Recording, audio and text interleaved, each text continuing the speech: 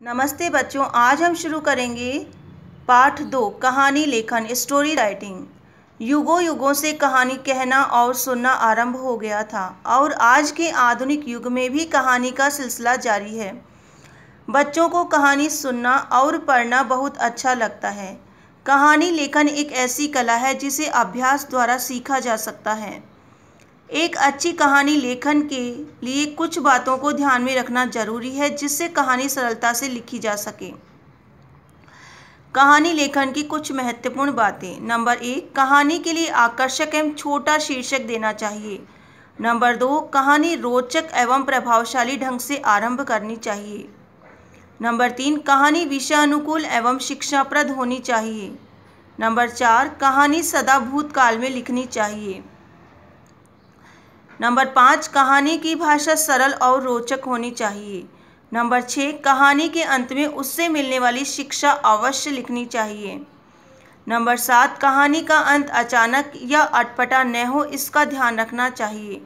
Number 8, कहानी में शब्दों की सीमा लगभग 150 तक होनी चाहिए। नंबर 9, संकेतों या चित्रों को भली भांति समझकर ही कहानी लिखनी चाहिए। आइए अब हम देखते हैं आपकी किताब की कहानियाँ। आज हम पढ़ेंगे खरगोश और कछुए की कहानी।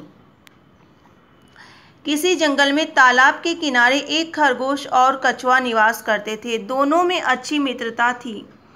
खरगोश अपनी तेज चाल एवं कछुआ अपनी धीमी चाल के लिए प्रसिद्ध था। खरगोश को अपनी तेज चाल पर अभिमान था।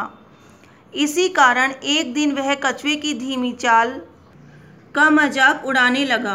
खरगोश की बात कछुए को बुरी लगी। उसने कहा कि भले ही तुम्हारी चाल तेज है, किंतु यदि दौड़ हुई तो मैं तुम्हें हरा दूंगा। शीघ्र ही दौड़ प्रारंभ हो गई। खरगोश बहुत कम समय में बहुत दूर तक निकल गया। इधर कछुआ अपनी धीमी चाल से चलता रहा। लगभग 1 किलोमीटर की दूरी तय कर खरगोश रुका और पीछे मुड़कर देखा।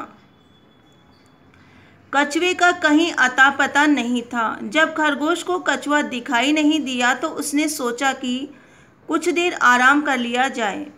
उसके मन में यह बात थी कि जब कछुआ दिखाई देगा तो वह उठकर तेजी से दौड़ लेगा। इस प्रकार आराम करने के चक्कर में उसे नींद आ गई। इधर कछुआ लगातार चलता रहा। खरगोश देर तक सोता रहा। जब उसकी नींद खुली तो कछुआ फिर दूर तक नजर नहीं आया। वह अचानक उठा एवं तेजी से मंजिल की ओर बढ़ने लगा, किंतु वहां पहुंचने पर उसके होश उड़ गए। यह क्या? कछुआ तो वहां पहले से ही मौजूद था। खरगोश हार चुका था।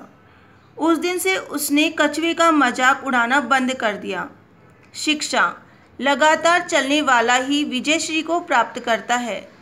इस प्रकार बच्चों, यह कहानी हमने पढ़ी और समझी। आपको अपनी हिंदी व्याकरण की कॉपी में यह कहानी करनी है। धन्यवाद।